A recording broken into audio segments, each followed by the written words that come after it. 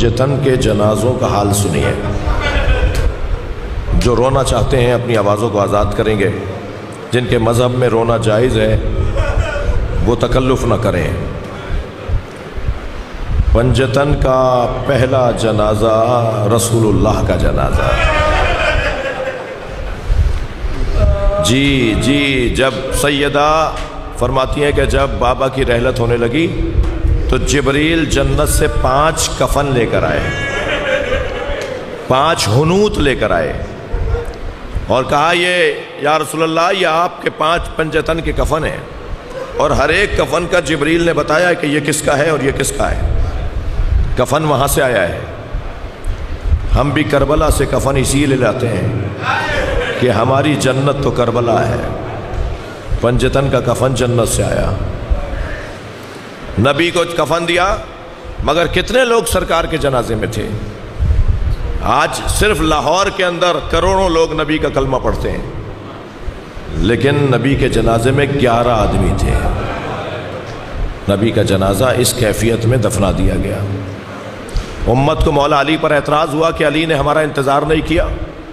मौला ने खुतबा इरशाद फरमाया कि मैं किसी का मोहताज नहीं था, मैं अहले बैत हूँ, वारिस हूँ। गुस्ल कफन देना मेरी जिम्मेदारी थी, मैंने अपना फरीज़ा अदा किया है। कुछ मुद्दत के बाद इस घर में दूसरा जनाजा हुआ। वो जनाजा 75 दिन बाद हुआ या 95 दिन बाद हुआ। वो जनाजा नबी की इकलौती चहीती बेटी फातिमा ज़हरा का जनाजा। सुनेंगे जनाब ज़हरा के जनाजे में 4 आदमी हैं। गुर्बत देखिए, घर की बात है, वतन में हो रहा है ये। ऐसा नहीं हुआ कि किसी शहर में गए हुए थे, वहाँ कोई मिलने वाला नहीं था। अपने ही घर में 4 लोग हैं सैयदा के जनाजे। अजरुकुम अल्लाह। जब सैयदा की शहादत हो रही थी तो कभी इमाम हसन को बुलाया, कुछ नसीहतें वसीयतें फरमाई।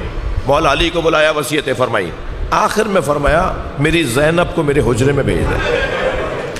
क्या सिन है जनाब ज़ैनब का? 4 साल से कम। 4 साल से कम। छोटे बच्चों की माँ जब मर रही होती है ना, उसकी हालत गैर हो रही होती है। उसकी सारी फिक्र ये होती है कि मेरे बच्चों का क्या बनेगा। जी, ज़ैनब को मेरे हुजरे में भेज दे। जनाब ज़ैनब आई, फरमाया बेटा ये संदूकचा उठा के लाओ। बीवी संदूकचा उठा के लाई तो उसमें कफन रखे हुए थे। ज़ैनब क्या है बाबा? बेटा क्या है? कहा अम्मा इसमें कफन रखे हुए हैं। क्या एक एक मुझे दिखाती रहो तो मैं बताती रहूं कि कौन सा कफन किसका है। एक कफन देख के कहा इन्हीं दिनों में तुम्हारे बाबा घर में आएंगे और तुमसे कहेंगे कि अम्मा ज़हरा का कफन दे दो।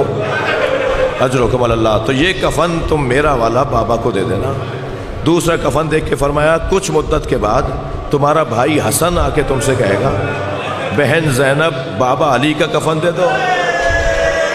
अजरुकुम अल्लाह। तो ये कफन तुम्हारे बाबा अली का है। फिर कुछ मुद्दत के बाद तुम्हारा भाई हुसैन आके तुमसे कहेगा कि भाई हसन का कफन दे दो। तो ये तुम्हारे भाई हसन का कफन है। अब आखिरी कफन रह गया था अज़ादारों। जनाब ज़हरा ने आखिरी कफन को देखा, गिरिया किया और जनाब ज़ैनब से फरमाया ये भी भाई हसन का कफन है। जनाब ज़ैनब ने फरमाया अम्मा भाई हुसैन का कफन कहाँ है? फरमाया हुसैन का कफन जन्नत से नहीं आया, मेरा बच्चा बगैर कफन के दफनाया जाए। अजरुकुम अल्लाह, अजरुकुम अल्लाह। गिरिया हो गया, मजलिस हो गई। एक बाप की मजलिस है, तरहीम, मजलिस तरहीम है। मैं इन भाइयों से, इन बच्चों से कहूँगा कि ज़रा अपने जहनों को करबला ले आओ, जहाँ एक बाप के जनाजे पे बेटा आया है। बाप हुसैन इब्न अली, बेटा सैयद ज़ैनुल आबिदीन, सैयदुस साजिदीन। अल्लाह किसी बेटे को बाप का ऐसा जनाजा ना दिखाए। इमाम सज्जाद से लाशा पहचाना नहीं जा रहा था। सख्त जुमला कह रहा हूँ, सख्त जुमला कह रहा हूँ। इमाम की पसलियाँ कमर से निकल रही थी। इमाम के बदन मुबारक पर घोड़े दौड़ाए, बेटा पहचान नहीं रहा था। बाबा को देख देख कर हालत गैर हो रही थी। ऐसा लगता था जैसे अभी इमाम की रूह परवास कर जाएगी। जनाब ज़ैनब ने फुपियों का किरदार, बहनों का किरदार, जनाब ज़ैनब ने खुद को ऊंट से गिरा दिया।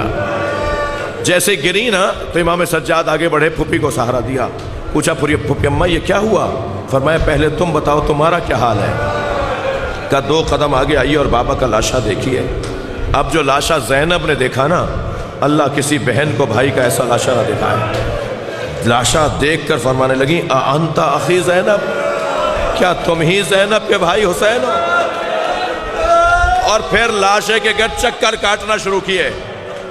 امام سجاد نے پوچھا پھوپھی اماں کیا دیکھ رہی ہیں؟ کبھی پائنتی آ کر کچھ دیکھتی ہیں، کبھی سرہانے آ کر دیکھتی ہیں۔ فرمایا پھوپھی اماں کیا دیکھ رہی ہیں؟ فرمایا سالم جگہ ڈھونڈ رہی ہوں جہاں بوسہ دے سکوں، مگر امام کے بدن پر زینب کو سالم جگہ نظر نہیں آئی، تو کٹی ہوئی گردن کا بوسہ دیا، مدینے کی طرف رخ کیا۔ صلی علیکہ یا رسول اللہ، اے نانا یہ آپ کا حسین ہے جسے خاک اور خون میں غلطان کر دیا۔